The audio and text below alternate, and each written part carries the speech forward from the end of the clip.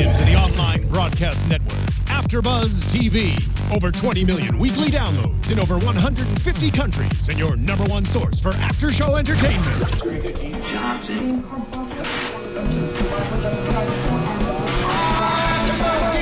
AFTERBUZZ TV, the destination for TV superfans, producing after-shows for over 300 of your favorite TV shows, interviewing celebrities and showrunners, and bringing you behind-the-scenes exclusives. All thanks to E! Entertainment's Maria Menounos, producer Kevin Undergaro, and internet leader Akamai. Now, let the buzz begin!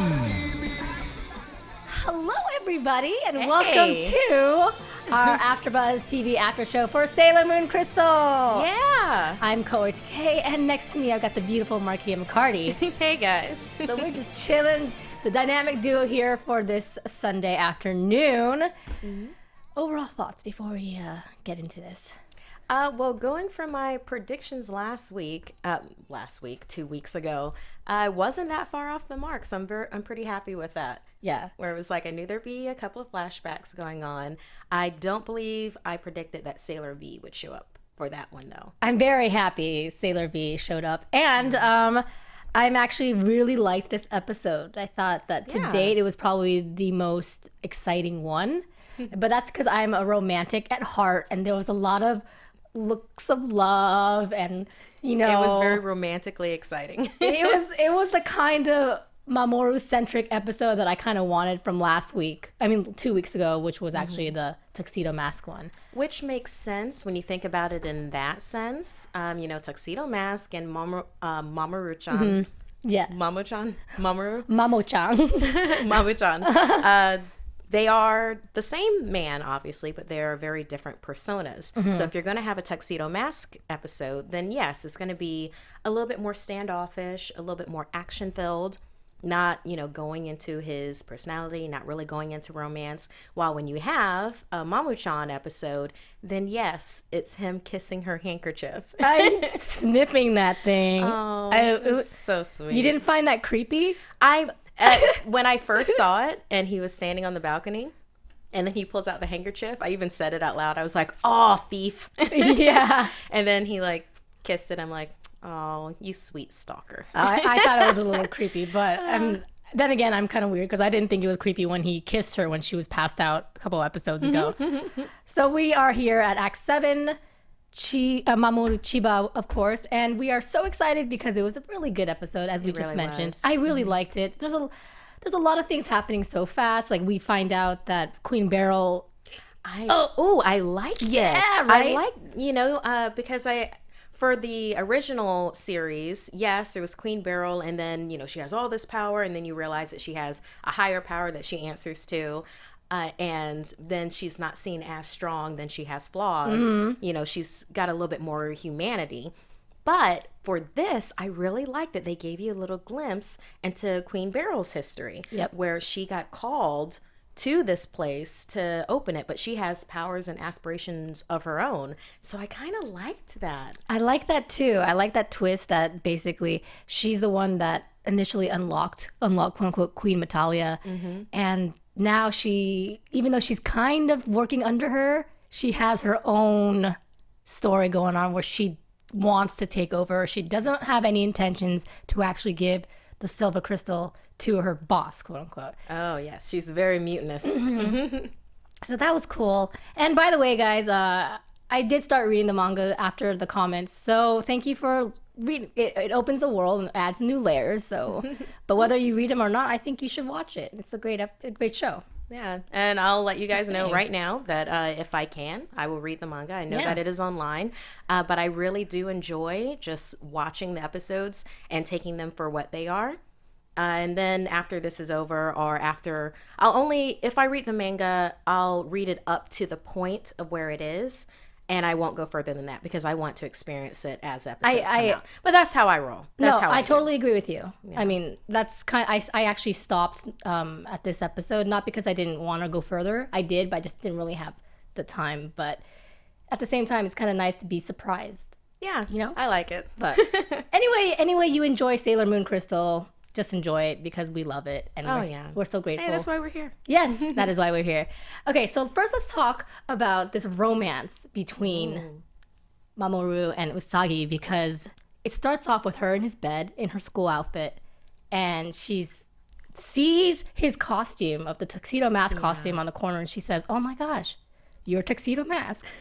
She takes the mask and says, "Why did I not see this before?" Well, love can make us blind. Yeah. Or extreme crushes.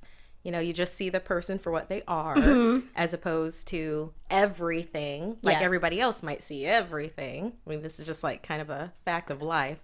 But it's still the contradiction of it, though, because they had already discovered that they each were who they were. That's what I thought too. So, I don't know. Maybe I need to rewatch the episodes again. Maybe it's not as apparent as I felt that it was. But that is one of the little plot holes that I struggle with as well, is that I feel like they've already kind of knew.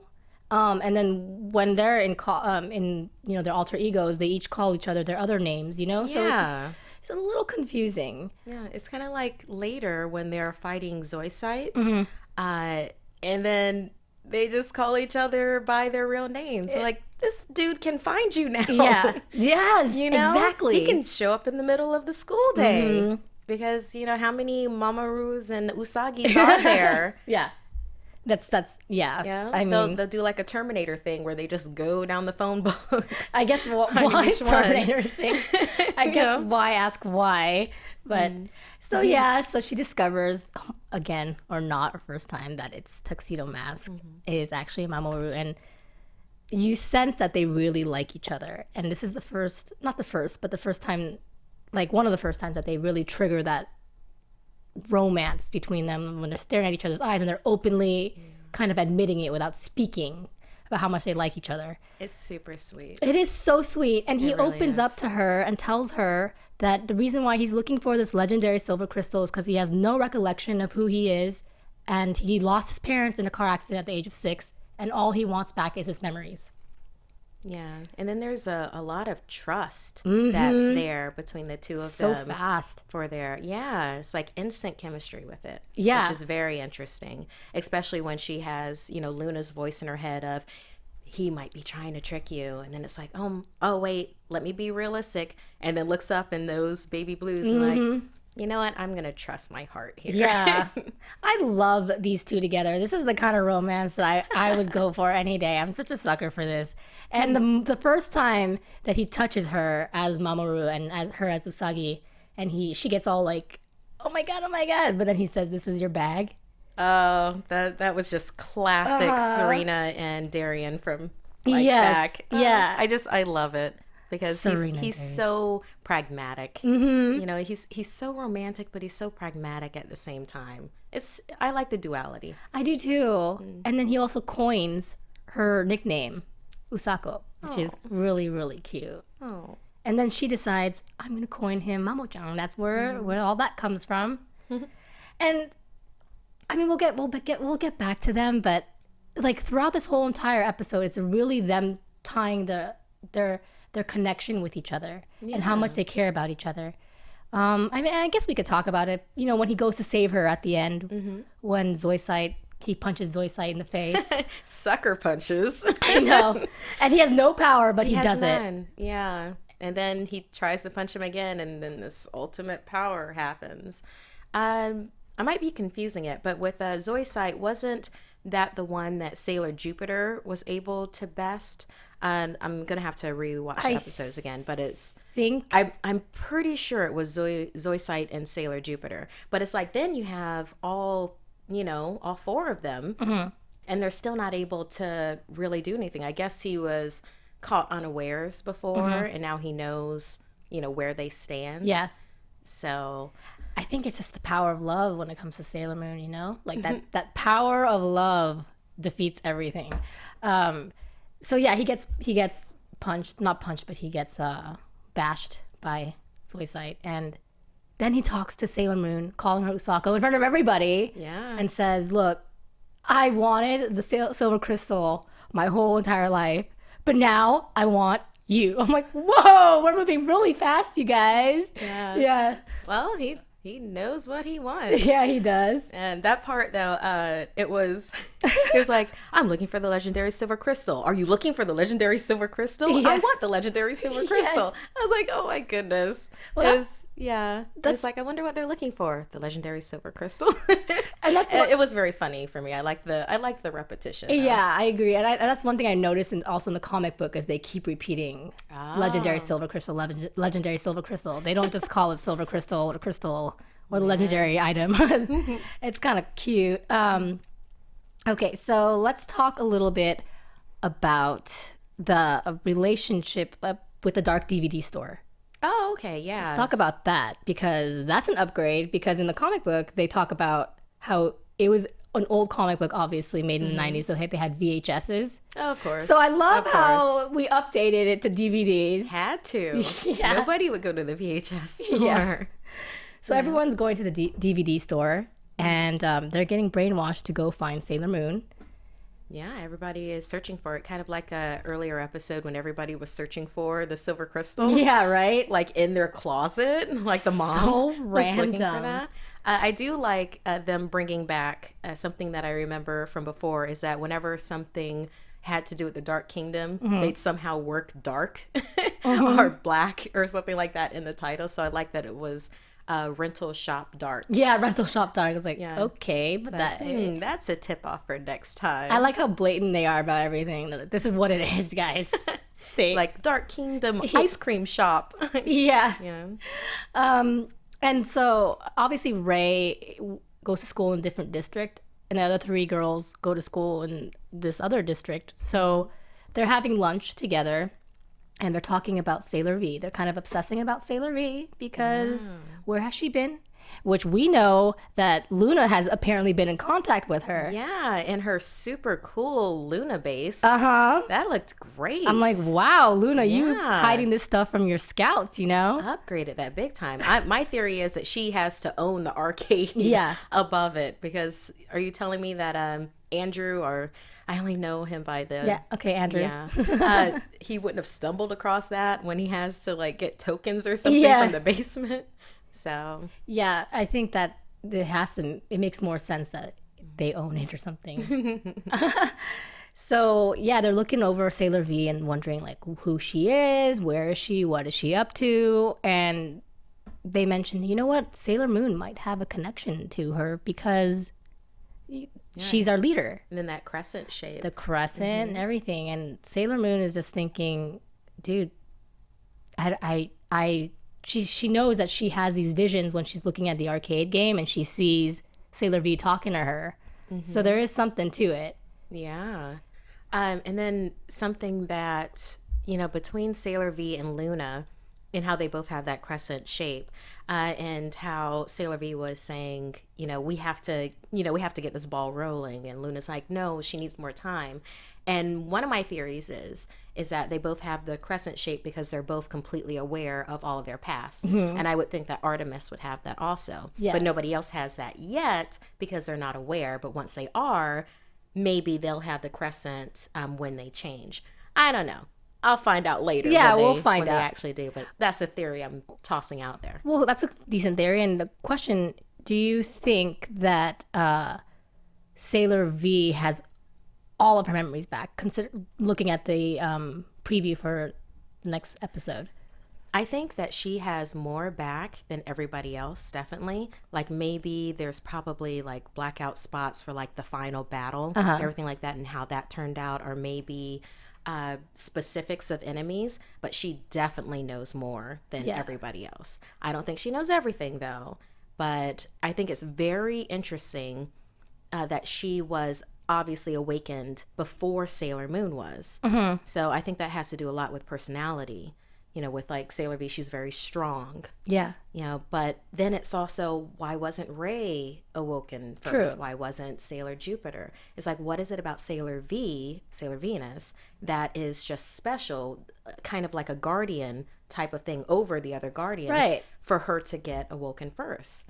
So that's an interesting question for me, and I'm looking forward to if that's going to be answered or not. I hope it will. Yeah. She also does have the other cat on her side too. which is going to be great. And I'm excited about it because we finally get to have all 5 of them together. And I mean, obviously, I only read up to this chapter, and we haven't read the manga just yet. But the classic version, we see that she butts heads with Sailor Moon. So I'm kind of curious to see if that's going to happen too. Yeah, I did like when they did do the bonding thing at the beauty shop episode, if you remember that one.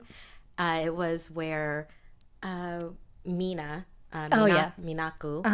she like brushed, Serena's hair and everything and got the strands on her. And then they like went to a beauty shop, or maybe that was a kindergarten episode. And the Dark Kingdom was hunting down Sailor Moon because they had gotten some of her DNA. So since she had the strands on her, and since she looks a lot like she does, yes, with the blonde hair, they were targeting her. So, but they did bond that episode. Yeah, so I did enjoy that.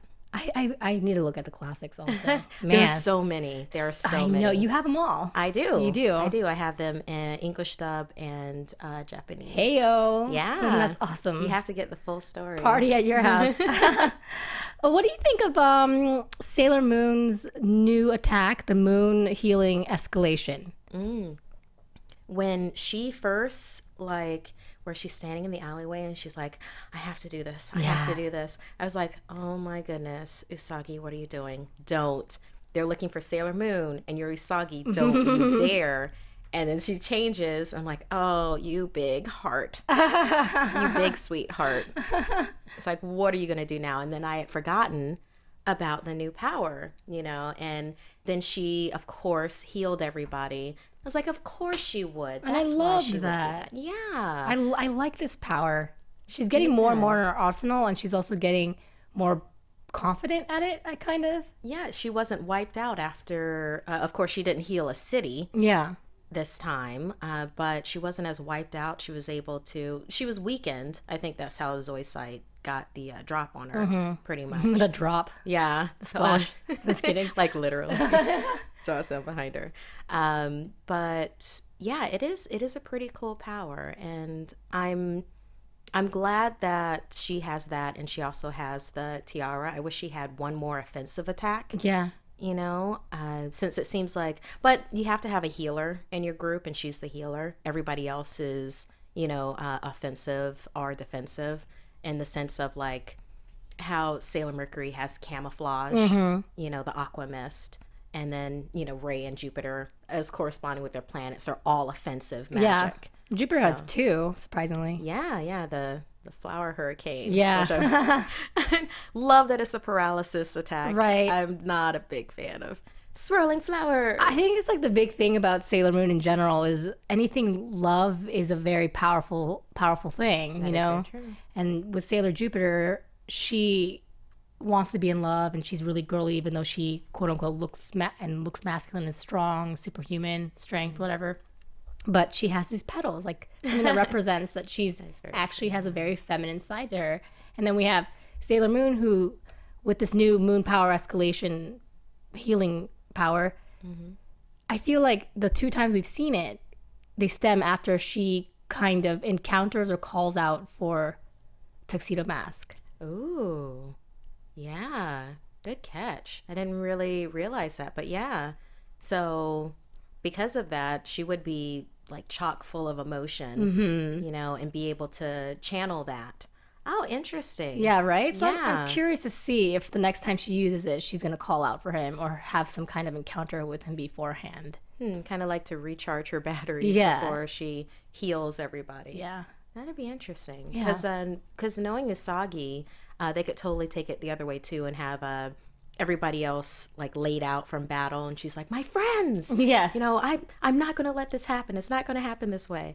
Oh, I got a little tinge of Queen Serenity from the classic series for doing that. Oh, I cried.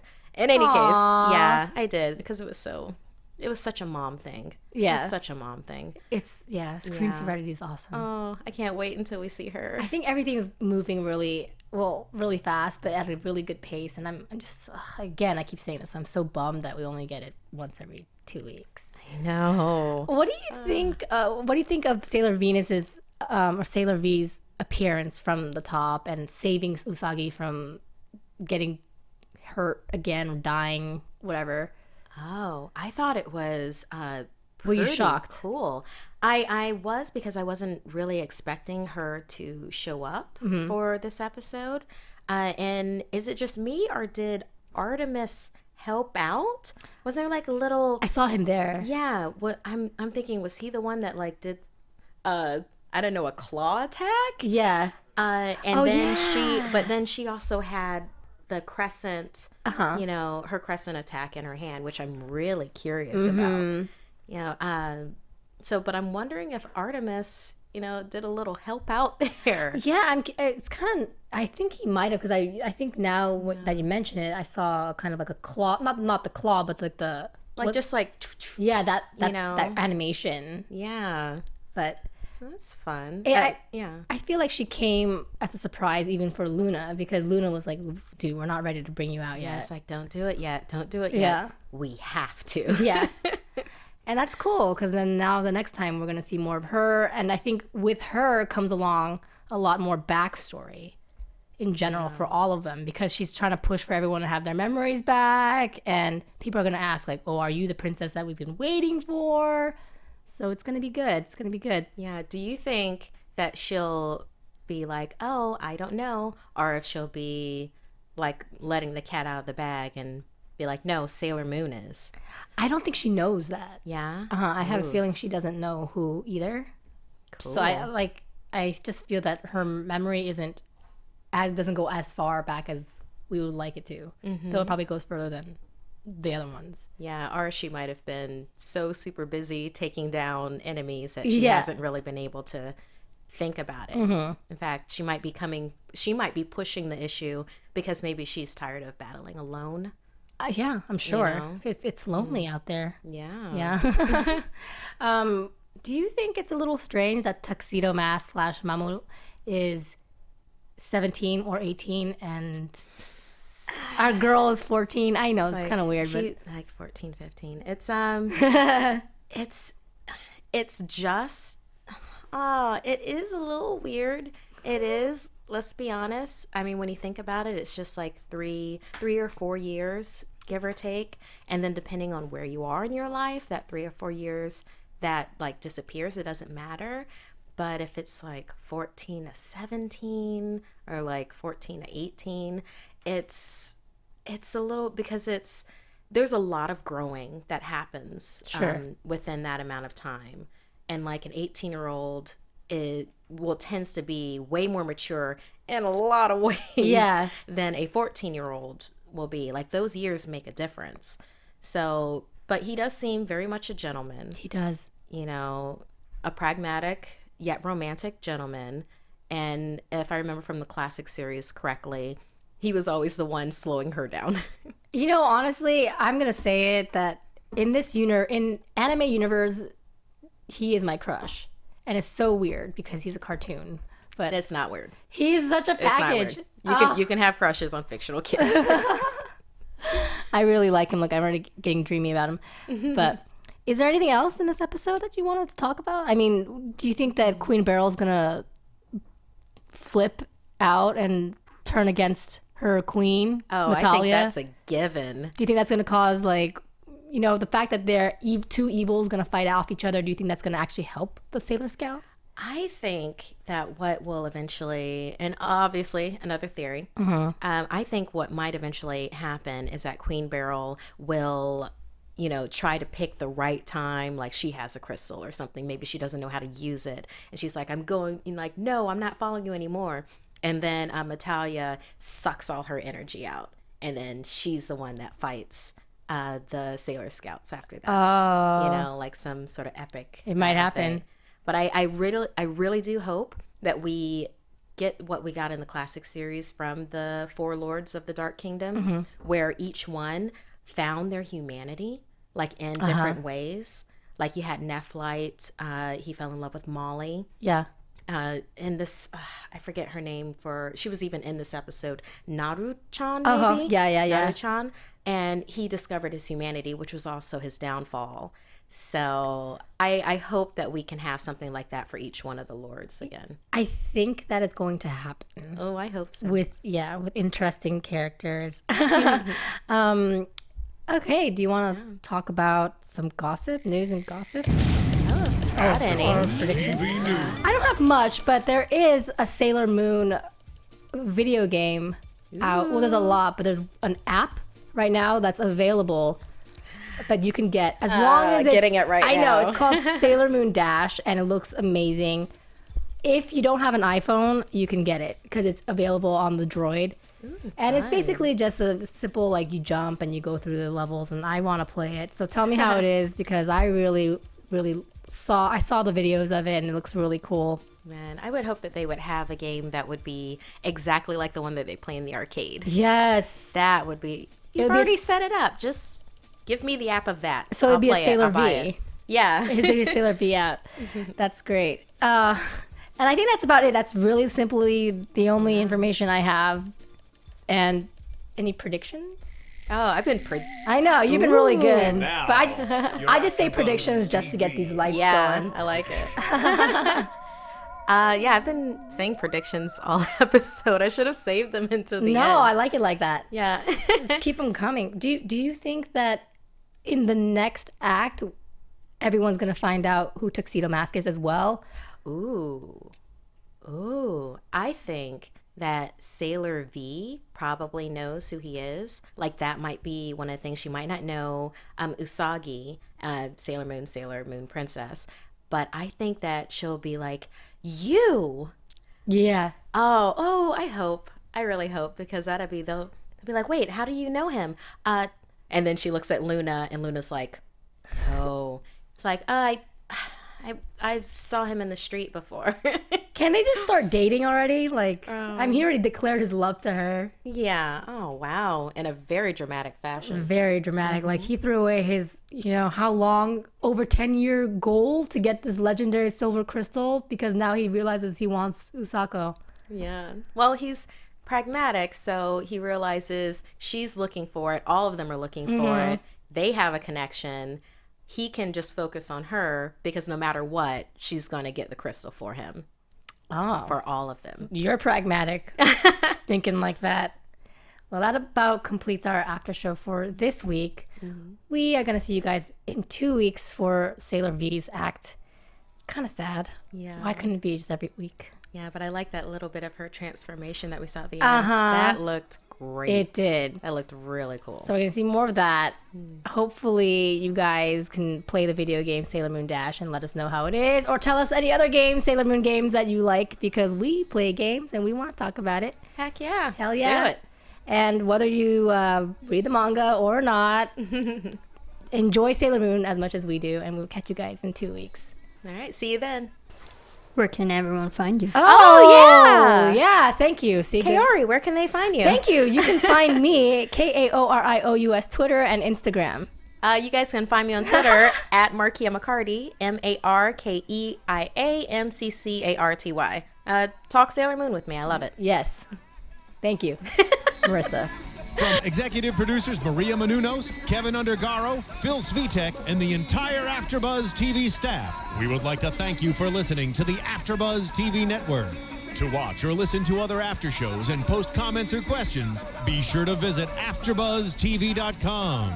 I'm Sir Richard Wentworth, and this has been a presentation of AfterBuzz TV. Buzz you later. The views expressed herein are those of the hosts only and do not necessarily reflect the views of AfterBuzz TV or its owners or principals.